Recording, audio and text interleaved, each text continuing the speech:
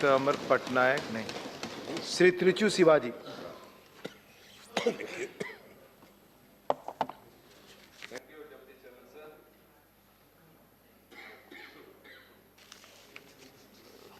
Thank you, Deputy Chairman, sir.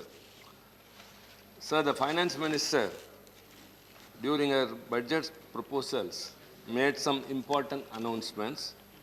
And one among them is that the government would increase the FDI in the insurance sector from 49% to 74% and allow foreign ownership in insurance with some safeguards. And second was to privatize one general insurance company and two public sector banks. The government would bring the LIC in the financial year to IPO. Sir, for all those things. The insurance sector was open to the private companies through the IRDA Act 1999. It was the period of NDA then. And initially the IRDA has allowed 26% foreign equity in private insurance companies. Subsequently, in the year 2015, in the NDA 1, when Narendra Modi ji came to power, the limit was increased from 26 to 49%, and the government has now proposed to increase it from 49 to 74%. So I'll come to some practical statistics, sir. It is interesting to note that the actual share of the FDI in the total investments in the private insurance industry today is much less than the current limit of 49%. According to the annual report of the IRDA 2018-19, as of 31st March 2019, FDI in the life insurance industry was rupees 9,764 crore, and that in the general insurance industry was 4,045 crore. Thus, the share of the FDI in the total investments of the life and general insurance industry was only 0.36% and 23.66% against the present limit of 49%. So there is no justification for FDI to be increased in the industry today from 49% to 74%. When it has been enhanced to increased to 49% in the year 2015, even after 5 years, the target has not been achieved, and now they are trying to get it to 74%. Sir, another argument that is placed is the FDI hike is that insurance is a capital-intensive business. Yes, the government needs money, but not at the price of the general insurance companies, not with the help of the PSUs. Sir, we have already, the DMK party has already stood by the PSUs because it is the nation's property. If the profit comes to the public sector undertaking, sir, it will come to the government and then to the people. Whereas if it is private or foreign, the money is not of the people. It will be of some private persons. And slowly, sir, the LIC is going to be disinvested, which is a profit-making organization. And now FDI has been increased.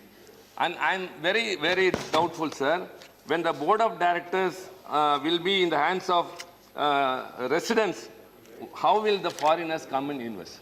Simple clarification I would seek. The board of directors would be mostly here means how will they come and invest? And moreover, their intent will be only profit making, and so they will not be concentrating on the poor people who want to insure. So the insurance is meant for the poor people. That is the argument that the insurance in India still remains under-penetrated. Penetration is seen as premiums collected in relation to the GDP.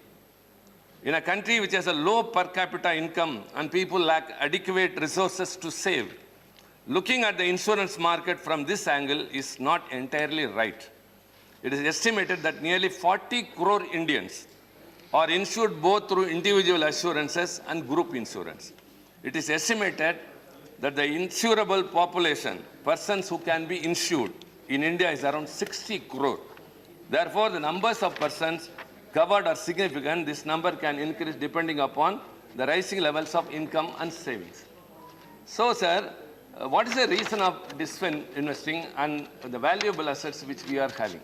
Sir, even at the time of slowdown of economy across the country, even in the recession period, India withstood that only because of two sectors. One is the public sector undertaking and another is the agriculture sector. Now those two are being targeted. when the public sector gets weakened, sir, the nation's economy is getting weakened. I'll just say, sir, for example, the LIC. LIC is the biggest investor in our country, largest investor in the Indian economy. It generates investable funds to the tune of rupees 3.5 to 4 lakh crores annually. And therefore, there is no such necessity for LIC to access the market for funds. Sir, answer. Time is, please. You said you will give more time, sir. It's already When we 4:21. agreed for the debate, sir, you said... As per 4 hours, you have 6 minutes. You speak. The total investments of the corporation amounted to 30,69,942 crore as on 31st March 2020. It is amazing to note that LIC funds more than 25% of the government borrowings. No single institution anywhere in the world funds the government borrowings to this extent. The assets of LIC at $440 billion are larger than GDP of 75% of the countries in the list of United Nations. In terms of the revenue earned, it can figure among the top Fortune 500 companies. There is therefore no dearth of funds for LIC. So that is going to be invested, and you are increasing the FDI to 74%. And again, sir, I would like to reiterate very important point, sir. The poor who need insurance cover will not be able to afford to these people because they will concentrate only on larger profit-making things. So the poorer people who want to save their money, hard-earned money, will resort to only insurance way.